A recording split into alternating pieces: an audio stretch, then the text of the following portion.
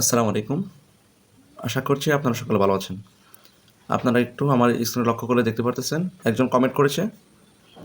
তার কমেন্টের পাশে ফলো বাটন অ্যাড হয়েছে। তো আপনি যদি আপনার ফেসবুক পেজ অথবা প্রোফাইলে কমেন্টসে ফলো অ্যাড করতে চান, তাহলে আমার এই ভিডিওটি দেখতে পারেন। তো চলেন ভিডিওটি শুরু করা যাক। এই কাজটি করার জন্য প্রথমে আপনাদেরকে ফেসবুক অ্যাপটি ওপেন করে নিতে হবে। তো আমি ওপেন করে নিচ্ছি।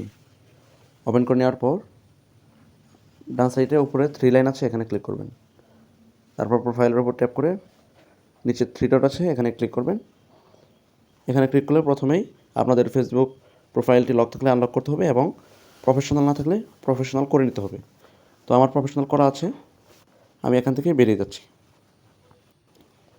তারপর আমরা সেটিংসে যাব, যে সেটিংস অ্যান্ড প্রাইভেসি এখানে ক্লিক করে সেটিংসে ক্লিক করব।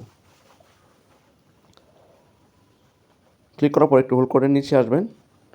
আসার পর দেখতে পারতেছেন how people can find and contact you, এখানে ক্লিক করবেন। ক্লিক করে এখানে সব কিছু যা আছে তাই থাকবে, শুধু who can see your friend list এটা আপনি অনলি মি করে দিতে পারেন, যেহেতু পার্সোনাল বিষয়। আপনার যদি মনে হয় যে আপনার যারা ফ্রেন্ড আছে তাদেরকে অন্য কেউ দেখলে আপনাদের সমস্যা, তাহলে এটি অনলি মি করে দিবেন, যেন শুধু আপনি দেখতে পারেন। তারপর people with your email address আপনারা এখানে ট্যাপ করে পসিবল কানেকশন এটা সিলেক্ট করে সেভ করতে পারেন, না করলেও সমস্যা নেই। এখন এখান থেকে ফলোয়ার্স অ্যান্ড পাবলিক কন্টেন্ট এখানে ক্লিক করব।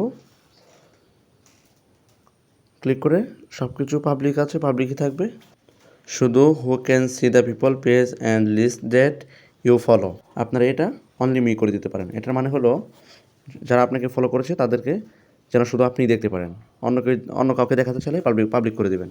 Show most relevant comment first, এগুলো 1 থাকলে 1 থাকবে, আর 1 না থাকলে 1 করে নেবেন। তো এই ছিল আজকের ভিডিওটি ভালো লাগলে অবশ্যই একটা লাইক করে দেবেন এবং শেয়ার করে বন্ধুদের মাঝে ছড়িয়ে দেবেন। আরও এরকম নতুন নতুন ভিডিও দেখার জন্য অবশ্যই চ্যানেলটি সাবস্ক্রাইব করে পাশে থাকবেন। সকলকে ধন্যবাদ। আসসালামু আলাইকুম।